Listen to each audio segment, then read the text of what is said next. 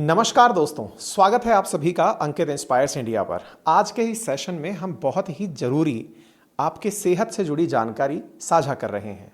साथियों, अगर मैं आपसे ये पूछूं कि क्या आप कोई नशा करते हैं, आपका जवाब संभवतया हां अथवा ना में होगा। हो सकता है कि आपकी नज़र में नशा तंबाकू, सिगरेट, शराब, ड्रग्स के रूप में होता हो। लेकिन जब मैं आपसे ये कहूं कि आपका आंसर जब ना में भी था, उसके बावजूद भी हो सकता है आप नशा करते हो। आप में से कुछ लोग कह सकते हैं, हो सकता है सर आप हमें पैसिव स्मोकिंग की बात कर रहे हैं। जी नहीं, मैं बात कर रहा हूं हमारी एक फूड हैबिट की, जिसमें हम आवश्यकता से अधिक निर्भर हैं चीनी पर। और चीनी जिसने हमें ड्रग्स में कोकेन से भी बड़ी लत लगा दी है, उसकी। साथियों, रिसर्च बताती है कि जब कोई व्यक्ति ड्रग एडिक्ट होता है तो उसमें ड्रग को बार बार लेने की जो नीति है वो उत्पन्न होती है ड्रग के द्वारा उसके दिमाग को पहुंचाए गए इस मैसेज से कि उसे इस ड्रग के लेने के बाद अच्छा फील हो रहा है। एग्जैक्टली ऐसी ही फीलिंग जब हम शुगर कंज्यूम करते हैं, चीनी या चीनी से बने पदार्थ कंज्यूम करते हैं, तो हमारे मस्तिष्क के न्यूरो रिसेप्टर्स को डोपामाइन की वजह से बहुत ही बढ़िया फील गुड फीचर जाता है। और संभवतया वही फील गुड फीचर हमें और अधिक चीनी कंज्यूम करने के लिए मोटिवेट करता है। आप में से बहुत से लोगों ने कईयों बार देखा होगा कि जब भी वो किसी परेशानी में होते हैं, किसी भी प्रकार के दुख में होते हैं, तो उन्हें हल्का सा भी मीठा बहुत सकारात्मक ऊर्जा देता है। हो सकता है आपने ये भी ऑब्जर्व किया हो कि आपकी फूड हैबिट्स में खाना खाने के बाद चीनी खाने की तलब होना और चीनी के बिना अगर कुछ दिन बीत जाएं तो आपको बहुत ही डल फील होने लगता है। ये सब इशारे हैं कि आप चीनी के एडिक्ट हो चुके हैं। चीनी किसी भी रूप में, मीठी चाय के रूप में, मीठे जूस के रूप में, मीठे दूध के रूप में, मिठाई के रूप में, आइसक्रीम के रूप में, केक्स के रूप में हो सकती है। मेरे प्यारे साथियों, चीनी की ये जो नियमित आदत आप और हमारे बीच में विकसित हो चुकी है, इसकी शुरुआत कहीं ना कहीं हमारे देश में चली आ रही परिपाटियां ही हैं। जब भी जन्मदिन हो, बर्थडे का केक कटने वाला हो, कोई भी नई नियुक्ति मिले हो या शादी का फंक्शन हो, हर जगह कुछ अच्छा अगर है तो मीठा हो जाए। ये पंक्ति जो हमारे बीच में आ रखी है, इस मीठे ने हमें कहीं ना कहीं उस चीनी का आदी बना दिया है, जिसके ना मिलने से हमें बेचैनी होने लगती है। ये बेचैनी उसी अच्छेपन की फीलिंग में होती है। लेकिन अगर चीनी से अच्छा फील होता है तो बुरा क्या है? आप में से बहुत सारे लोग संभवतः यह जानते हों कि हमारे देश में अधिकांश मधुमेह के जो रोगी हैं या फिर डायबिटीज़ के जो रोगी हैं, उनका मुख्य कारण चीनी है। हालांकि केवल चीनी कहना गलत होगा, डायबिटीज़ और भी कई कारणों से होती है, लेकिन मुख्य कारणों में चीनी है। लेकिन अगर मैं आपको मोटापे के बारे में बात करूं तो उसके प्रमुख रीजंस में, जहां आप केवल फैट को कंसीडर करते हैं, वहां प्रमुख रीजंस में चीनी का नाम लेना आवश्यक है। चीनी ना केवल मधुमेह और मोटापे के लिए, अपितु आपके चेहरे पे पड़े हुए निशान और आपको उम्र से अधिक बूढ़ा दिखाने में भी महत्वपूर्ण योगदान देती है। चीनी का ही उपयोग है जिसके चलते आप में से बहुत सारे लोग अपने आप को कम ऊर्जा का फील करते हैं। बात बात पर थकान होने लगती है। चीनी खाया हुआ इंसान जरूरत से अधिक पानी पीने लगता है। जरूरत से अधिक पानी पीने से उसके शरीर में वाटर रिटेंशन की परेशानियां भी देखने को मिलती हैं, जिसे संभवतया आप लोग स्वेलिंग के रूप में ट्रीट करते हैं। जानकारों का कहना है कि यदि कोई व्यक्ति 21 दिन तक चीनी का उपयोग रोक दे, क्योंकि किसी भी स्वस्थ व्यक्ति की आदत 21 दिन में बनकर आती है, अगर वो 21 दिन तक चीनी का प्रयोग रोक दे, उपयोग रोक दे, तो शुरुआती समय में हो सकता है उसे थोड़ी छटपटाहट हो, लेकिन उसके बाद में वह अपने आप को ऊर्जावान पाएगा, अपने आप को कम समय में अच्छी नींद पूरी करता पाएगा, उसकी याददाश्त बढ़ने लगेगी और उसको भी अपने शरीर के वेट में अंतर देखने को मिलेगा। आप और हम जब चीनी से रिलेटेड बात करते हैं तो दो बड़े प्रश्न बनते हैं। पहला प्रश्न, क्या हमें चीनी बिल्कुल भी नहीं खानी चाहिए? तो इसका आंसर है नहीं। आप चीनी खा सकते हैं, लेकिन उसकी एक अनुमानित मात्रा है जो WHO के द्वारा रिकमेंडेड है कि एक स्वस्थ मनुष्य 3 से लेकर 5 चम्मच चीनी, लगभग 20 से 25 ग्राम, अधिकतम 30 ग्राम तक चीनी पर डे कंज्यूम कर सकता है। आप में से कुछ लोग सुनते हुए ये सोच सकते हैं कि मैं तो चीनी खाता ही नहीं हूं, मैं चाय फीकी पीता हूं और इसके अलावा मेरी डेली रूटीन में चीनी डायरेक्ट खाने का तो कोई भी साधन नहीं है। रुकिए, आप यहां पर गलत हैं। चीनी किन माध्यमों से आपके पास जाती है, पहले इसे जानते हैं। हमारे शरीर में चीनी दो माध्यम से पहुंचाई जाती है। प्राकृतिक माध्यम से, जिसे आप नेचुरल मीन्स कहते हैं, और दूसरा तरीका है एडिड माध्यम से, यानी कि आपके शरीर में कहीं और तरीके से चीनी पहुंचा दी जाए। अब इन दोनों में क्या अंतर है? प्राकृतिक तरीके से मेरा अर्थ है कि आपने कोई मीठा फल खाया, या फिर शहद कंज्यूम किया, या गन्ना खा लिया। इन सब से जो चीनी आप तक पहुंची ये प्राकृतिक है।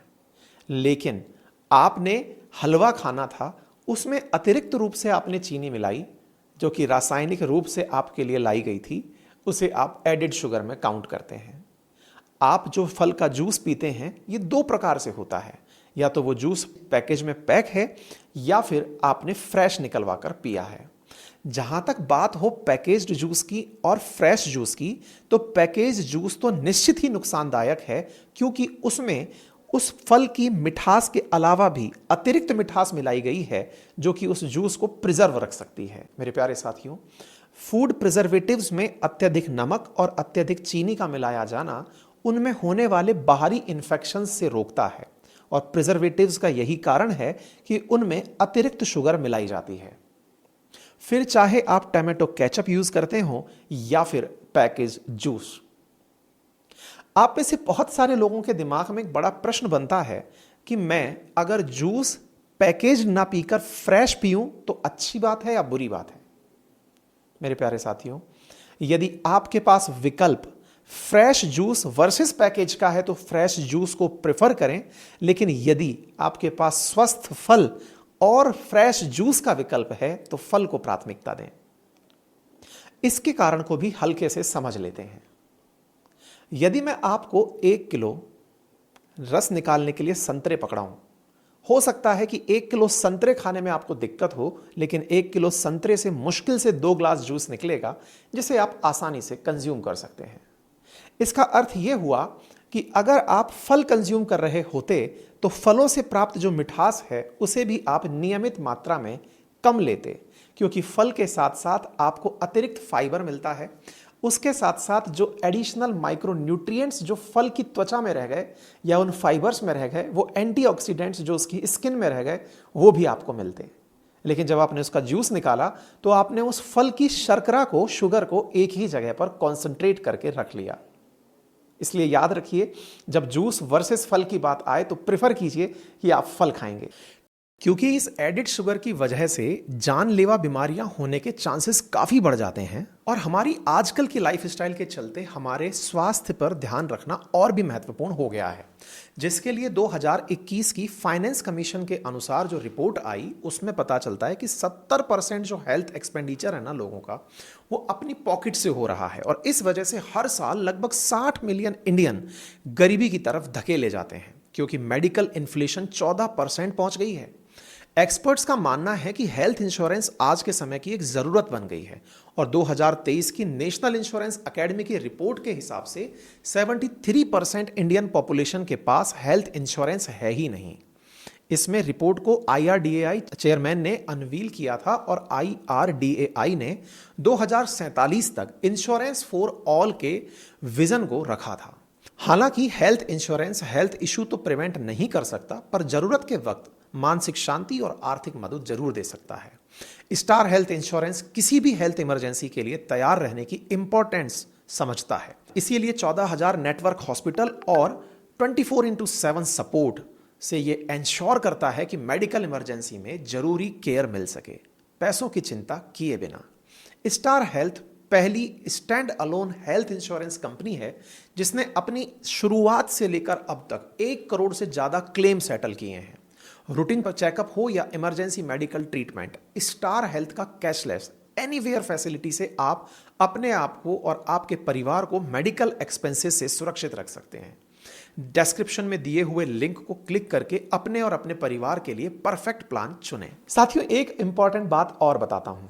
आप में से बहुत सारे लोग भोजन जब कंज्यूम करते हैं तो उन्हें लगता है कि हमारे शरीर में चीनी का जो सोर्स है वो केवल हमारे द्वारा मीठा खाया जाना ही है। जी नहीं, ये तो शर्करा का सुक्रोज वाला पार्ट है। अगर रासायनिक भाषा में मैं बात करूं तो शर्करा सामान्यतया कार्बोहाइड्रेट्स के रूप में पढ़ी जाती है। कार्बोहाइड्रेट्स कई प्रकार के होते हैं। 5 कार्बन वाले पेंटोज शुगर, 6 कार्बन वाले हेक्सोज शुगर कहलाते हैं। ऐसे में बहुत सारे सैकेराइड से मिलकर के जो शर्कराएं बनी होती हैं, उनमें से पेंटोज शुगर्स में, हेक्सोज शुगर्स में ग्लूकोज, फ्रक्टोज, मैनोज, हेक्टोज, इस प्रकार की कई शर्कराएं होती हैं जो कि मिठास के लिए काम में ली जाती हैं। जिनमें से सबसे ज़्यादा कॉमन जानने वाली शर्करा ग्लूकोज है। ग्लूकोज की एक इंटरेस्टिंग बात बताता हूं। हमें लगता है कि आपने मीठा खाया तो ही आपके शरीर को ग्लूकोज मिला, लेकिन आपको जानकर आश्चर्य होगा कि आप भोजन में कार्बोहाइड्रेट खाएं तो वो टूटकर एंजाइम्स के माध्यम से ग्लूकोज में बदलता है, लेकिन अगर आप कार्बोहाइड्रेट के अतिरिक्त प्रोटीन अथवा वसा भी लें तो भी वह टूटकर ग्लूकोज में ही बदलता है। और जब शरीर उस ग्लूकोज का उपयोग नहीं कर पाता तो उसे वो फैट में कन्वर्ट करके संचित कर लेता है। अर्थात हमारा खाया हुआ खाद्य अधिकांश बार ग्लूकोज में ही बदलता है। अब चूंकि हमारे शरीर में ग्लूकोज मिला है तो उसे इंसुलिन के द्वारा कोशिकाओं को कंज्यूम करने का मैसेज दिया जाता है, लेकिन आप और हम तो अतिरिक्त ग्लूकोज लिए जा रहे हैं। इतनी तो जरूरत भी नहीं है। अतिरिक्त ग्लूकोज जो ली जा रही है, जिसकी हमें जरूरत नहीं है, वह ग्लूकोज ही हमारे मोटापे का बड़ा कारण बनती है। इस मोटापे से बचने के लिए आवश्यक है कि हम खाने में शुगर जो डायरेक्ट इनटेक है उसके ऊपर कंट्रोल स्थापित करें। अब जब इतनी ही बात हो रही है तो आपके मन में एक बड़ा प्रश्न आएगा। बड़ा प्रश्न ये कि सबसे पहले शुगर हमारे जीवन में आखिर लाने वाला था कौन? क्या कोई ये विदेशी साजिश थी या फिर ये हमारी अपनी क्रिएटिविटी थी? मेरे प्यारे साथियों, आपको जानकर आश्चर्य होगा कि शुगर की आदत तो हमने यूरोपियंस को लगाई है, लेकिन हमें लगाने वाला कौन था? तो चलिए, आज भारत में शुगर पैदा होने का जो सबसे प्रमुख सोर्स है वो है गन्ना। और जब गन्ने की बात की जाती है तो पता चलता है कि भारत के भी पूर्व में एक देश है जिसका नाम है न्यू गिनी। न्यू गिनी में 8000 साल पहले ही लोगों ने खेतों में गन्ने का उत्पादन शुरू कर दिया था और उस गन्ने को ही डायरेक्ट कंज्यूम किया जाना शुरू हुआ था। 8000 साल ईसा पूर्व पैदा हुआ गन्ना धीरे धीरे पश्चिम की यात्रा करने लगा और पहुंचा जहाजों से भारत। भारत में पैदा हुआ गन्ना और यहां से उसको गर्म करके, उसके जूस को गर्म करके निकाली गई गुड़, गुड़ के बाद में निकाला गया गर्म करके शुगर, शुगर का चीनी का रूप कैसे कैसे दुनिया भर में पहुंचा, इसकी बड़ी रोचक कहानियां पता चलती हैं। कुछ इतिहासकारों का मत है कि जब ओल्ड सिल्क रूट के माध्यम से भारत से व्यापार होकर बहुत सी वस्तुएं यूरोप तक जाती थी तो उनमें से ही एक बड़ा कारण निकला था यहां से शुगर का मध्य यूरोपियन देशों तक पहुंचने का। जब ये धीरे से शुगर मध्य यूरोपियन देशों में पहुंची, उन्हें इस बारे में बड़ी क्यूरोसिटी हुई। कहते हैं कि सबसे पहले ओल्ड सिल्क रूट को लेकर के चीनी फारस की खाड़ी जैसे देशों में पहुंची और यहाँ के बाद में जब ये आगे पहुंची तो यूरोपियंस ने कहा कि हमें मीठा नमक मिल गया है। इस मीठे नमक के लाभ धीरे धीरे समझ में आने लगे, क्योंकि रासायनिक अभिक्रिया है कि अगर ग्लूकोज को आप आगे तोड़ते हैं तो वो अल्कोहल में बदलता है। आप भी अच्छे से जानते हैं कि आज शराब के प्रमुख सोर्स में कार्बोहाइड्रेट युक्त जौ का या फलों के जूस का उपयोग किया जाता है। साथियों, जब इनका उपयोग अल्कोहल बनाने में किया जाता है तो विचार कीजिए कि सोर्स ही चीनी अगर आपको दे दी जाए तो कितना बल्क में अल्कोहल पैदा किया जा सकता है। आप में से बहुत सारे लोग ये जानते हैं कि यूरोप के टेम्परेट रीजन्स में पाए जाने वाले जो देश हैं वो अच्छी किस्म की दारू पैदा करने या वाइन पैदा करने के लिए जाने जाते हैं, लेकिन वाइन का सोर्स तो शुगर ही है ना। इसका मतलब जब शुगर की जानकारी उन्हें लगी कि शुगर चीनी गन्ने से निकल रही है तो इसका व्यावसायिक उत्पादन शुरू किया। अच्छा, ये तो पता ही है कि मध्यकालीन भारत के दौर में या प्री इंडस्ट्रियलाइजेशन के दौर में बहुत से यूरोपियन देश शासन करने के लिए दुनिया भर के देशों पर राज करने पहुंचे थे, लेकिन उनका असल मकसद राज नहीं था, व्यापार था। और व्यापार भी कच्चे माल का था, क्योंकि उन्होंने उद्योग धंधे तो अपने ही देशों में लगाए थे, फिर चाहे पुर्तगाली हो, फ्रांसीसी हो, डच, नीदरलैंड, हॉलैंड वासी हो या ब्रिटिशर्स हो। इनका असल उद्देश्य था कि हम कच्चे माल के लिए विदेशों में जाएंगे, वहां से कच्चे माल को लाएंगे और अपने देश में बदलकर उसे चीनी में कन्वर्ट करेंगे, उसे मुख्य पदार्थ में कन्वर्ट करेंगे। मेरे प्यारे साथियों, कच्चे माल की यह दौड़ जब यूरोपियंस को पता चली कि गन्ना उत्पादन के लिए जो क्लाइमेटिक कंडीशंस हैं वो कहीं ना कहीं ट्रॉपिकल क्षेत्र को ज्यादा प्रेफर करती हैं, तो इसी दौड़ में शुरू हुआ कैरेबियन कंट्रीज की तरफ यूरोपियंस का पहुंचना। और इसी क्रम में कैरेबियन कंट्रीज में क्यूबा जैसे देशों को या वेस्ट इंडीज जैसे देशों को चीनी उत्पादन का प्रमुख स्रोत या फिर मुख्य भूभाग माना गया। आज दुनिया में प्रति व्यक्ति सबसे अधिक चीनी ब्राजील में कंज्यूम की जाती है, तो दुनिया में सबसे अधिक पूरे देश के हिसाब से चीनी भारत में कंज्यूम की जाती है। चीनी उत्पादकों में ब्राजील और भारत 1 और 2 नंबर पर ही रहते हैं। हालांकि अब तक चीनी उत्पादन के कई अन्य कारक भी सोर्स भी तलाशे जा चुके हैं, जिसमें गन्ना ही नहीं अपितु चुकंदर से भी चीनी बनाने का कार्य शुरू हो चुका है। लेकिन साथियों, क्या आप जानते हैं कि इसी चीनी उत्पादन ने व्यापार की सभी पराकाष्ठाएं पार कर दी थी। मैं आपसे चर्चा कर रहा हूं उस दौर की जब दुनिया में दास प्रथा हुआ करती थी। कहते हैं कि वेस्ट इंडीज वाली जो कंट्रीज हैं या कैरेबियन जो कंट्रीज हैं, इनमें और अमेरिकी क्षेत्रों में यूरोपियंस के द्वारा अफ्रीका से लेकर दास खरीद कर ले जाए जाते थे। यूरोपीय उद्योगपति अपने साथ अच्छी शराब और बहुत सारे इंडस्ट्रियल उपकरण जैसे कि घड़ी या दिशा मापी ऐसी चीजें ले जाकर के अफ्रीकी डीलर्स को दिया करते थे और उनके बदले वो दास लेकर जाया करते थे।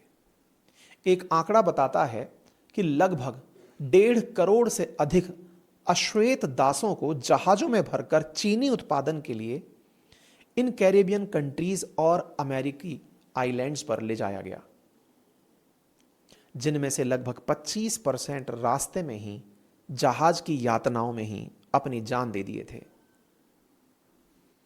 आज जिस चीनी का दुनिया में भरपूर उपयोग हो रहा है वह चीनी क्रिस्टलाइज्ड चीनी है, और यह क्रिस्टलाइज्ड चीनी रसायन से फिल्टर होकर पहुंची है। अर्थात जब गन्ने को रस में परिवर्तित करके और उस रस को जला के गुड़ का निर्माण किया जाता है, तो गुड़ में बहुत सारे रसायन उपलब्ध होते हैं, चाहे पोटेशियम हो, मैग्नीशियम हो, कैल्शियम हो। इन रसायनों के साथ साथ गन्ने की गंदगी भी इनमें डली होती है, इसलिए गुड़ कई बार आपको डार्क कलर का दिखाई देता है। लेकिन जब गुड़ को चीनी में केमिकल्स के माध्यम से कन्वर्ट किया जाता है तो वो एकदम सफेद रंग की दिखने लगती है। लेकिन इस सफेद रंग तक पहुंचते ही यह गुड़ अपनी बहुत सी काबिलियत खो देता है, जिनमें प्रमुखता से उसके अंदर मिले हुए मिनरल्स हैं। अर्थात जो चीनी आप और हम यूज करते हैं, जो वाइट दानेदार चीनी है, वो अपने अंदर रसायन की मिलावट से अपने अंदर के प्राकृतिक रसायनों को खो देती है।